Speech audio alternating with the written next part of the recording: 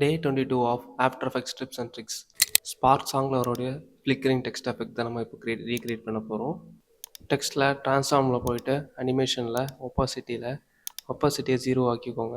Range செலக்டரில் போயிட்டு range advance போனீங்கன்னா கீழே வந்து ரேண்டமைஸ் ஆர்டர்னு இருக்கும், அதை எனேபிள் பண்ணி வச்சுக்கோங்க. ஆஃபில் இருக்குது ஆனில்.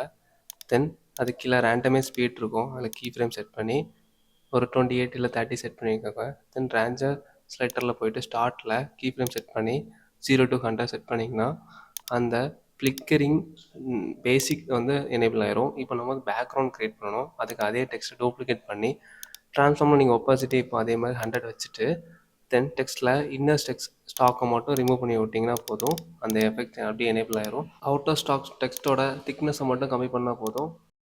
இதே மாதிரி நிறைய வீடியோஸ் பார்க்கணுன்னா ஜிபி கிரியேஷனை ஃபாலோ பண்ணி வச்சுக்கோங்க.